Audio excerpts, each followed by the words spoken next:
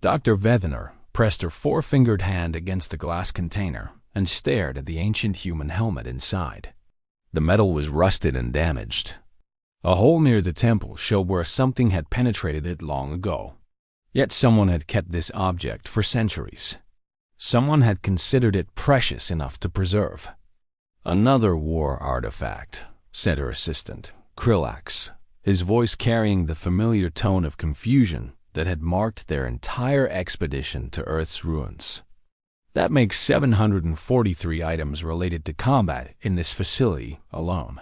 The Valorian Archaeological team had been on Earth for 3 standard cycles now. The humans were gone.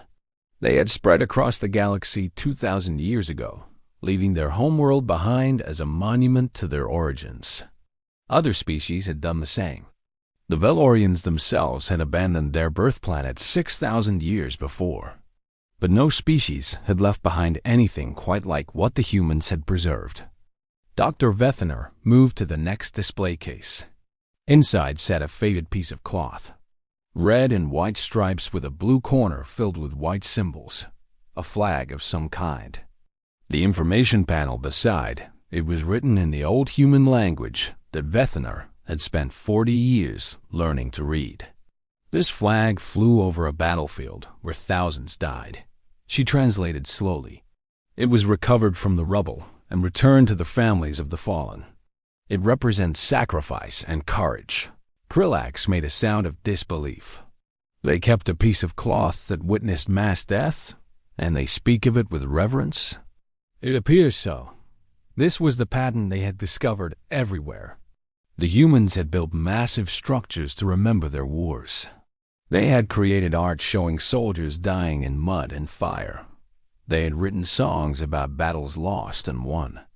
They had preserved weapons and uniforms in letters written by those who never came home. But it was how they spoke of these things that troubled the Valorian researchers most. The same war could be described in 2 completely opposite ways. In one room, they found paintings showing war as horror, bodies twisted in agony, faces frozen in terror, messages carved into walls that screamed about the meaninglessness of violence. In the next room, they found statues of warriors standing tall and proud, medals awarded for bravery, stories that celebrated the courage of those who fought. How could both things be true? How could a species look at the same event and see both nightmare and glory? Dr. Vethener had studied 12 different civilizations across the galaxy. None of them treated war like the humans did. The Krethvin fought when necessary and recorded their conflicts as simple historical data. The Morlachs remembered their ancient battles with shame and worked to erase all memory of violence from their culture. The Sistari had never developed organized warfare at all and could not comprehend why any species would. But the humans were different. The humans remembered everything, the good and the bad, the noble and the terrible, and they refused to separate these things. Dr. Vethener, you need to see this. She followed Krillax into a larger chamber. The ceiling rose high above them, decorated with images of clouds and light. At the center of the room stood a wall of polished black stone. Names were carved into its surface. Thousands and thousands of names stretching from one end to the other. Vethener approached and touched the cool surface. Her translation device hummed as it processed the information panel nearby. "This is a memorial," she said, "built to honor those who died in a conflict that lasted many years. A conflict that was highly controversial among the human population. Many believed this war was wrong, that it should never have been fought. Then why build a memorial for it? Because," Vethener paused, struggling to understand, "because even those who opposed the war believed that the soldiers deserved to be remembered. The names on this wall are not political statements. They are people, individuals who were loved and lost." She looked up at the countless names and felt something strange in her chest, a sensation she could not identify. These names meant nothing to her personally. She had never known these humans. They had died thousands of years before she was born. And yet somehow, standing in this place, She understood that each name represented a universe of experiences that had ended too soon. The humans were able to hold two truths at once, she said quietly. They could believe a war was wrong while still honoring those who fought it. They could condemn violence while recognizing bravery. This wall is not about the war itself. It is about the lives. Krillak shook his head. This thinking is illogical. How can something be wrong and honorable at the same time? Perhaps, Vethner said slowly, that is what made them so successful as a species. They continued through the museum. Every room revealed new contradictions. A poem that described war as hell sat beside a poem that praised warrior courage. A painting of soldiers weeping over fallen friends hung near a sculpture celebrating victory. Letters from soldiers expressed terror and exhaustion, yet many of those same soldiers wrote of pride in their service. In one corner, they found a collection of objects created by children during various human conflicts. Simple drawings of soldiers and tanks and planes. Handwritten notes thanking warriors for their sacrifice. Small toys and games designed to prepare young minds for a violent world. They taught their children about war, Krillak said with horror. They exposed young ones to these concepts. They believed it was important, Vethner replied. They believed that understanding warfare was part of understanding their own nature. Hiding it would not make it disappear. So they taught their young to see both the tragedy and the necessity. This idea disturbed Krillak deeply. The Valorians protected their young from any knowledge of violence until they reached maturity. They believed early exposure would damage developing minds. Yet humans had taken the opposite approach. Human children grew up knowing that conflict existed. They learned about heroes and villains, sacrifice and suffering, victory and defeat. And perhaps that was why humans had spread so far across the stars. When the Valorians first encountered humans 2,000 years ago, they had been shocked by their fierce determination. Humans negotiated hard and fought harder. They formed alliances with remarkable speed and maintained them with unwavering loyalty. They adapted to new situations faster than any other species.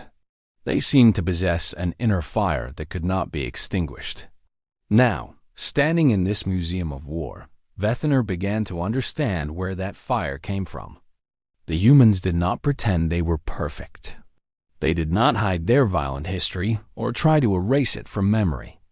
They looked directly at the worst aspects of their nature and forced themselves to remember. The tragedy taught them humility. The glory gave them strength. Both were necessary. Both were true. In the final chamber, Dr. Vethner found something that changed everything she thought she knew. It was a small room, dimly lit, containing a single object on a pedestal. A musical instrument of some kind damaged and worn by time. Beside, it was a recording device. She activated it with a gesture. A human voice filled the room. It was singing a song in a language Vethner did not immediately recognize. Her translator worked overtime to convert the words. The song was about a soldier returning home from war. He had survived while his friends had not. He felt guilt for living and grief for those who died. The melody was sorrowful, yet somehow beautiful. It acknowledged pain while offering comfort. It admitted that some wounds never heal, while insisting that life continues anyway. When the song ended, Vethner found moisture on her face. She touched the wetness with surprise. Valorians did not cry. Their physiology did not allow for tears. Yet something was happening to her that had never happened before. "Dr. Vethner?" Krillak asked with concern. "Are you malfunctioning?" "No," she whispered. "I think I am finally understanding. The humans had not glorified war because they loved violence. They had not mourned it because they were weak. They had done both because they understood something that other species had missed entirely. War was not a single thing. It was 1,000 things happening at once. It was fear and courage. It was loss and love. It was the worst of what a species could do, and sometimes the best. Trying to see it as only one thing was not wisdom. It was blindness. By remembering both the tragedy and the glory, humans kept themselves complete. They did not become numb to violence by pretending it was glorious. They did not become paralyzed by guilt because they acknowledged that sometimes fighting was necessary. They walked a path between extremes that no other species had found. And that was why they had conquered the stars. Dr. Vethener spent the next several cycles recording everything in the museum. She documented weapons and poems, medals and mourning clothes, victory songs and funeral speeches. She compiled a report that would take years for the Valorian High Council to fully process. In her final summary, she wrote words that would eventually reshape how the galaxy understood the extinct human species. The humans were not more intelligent than us.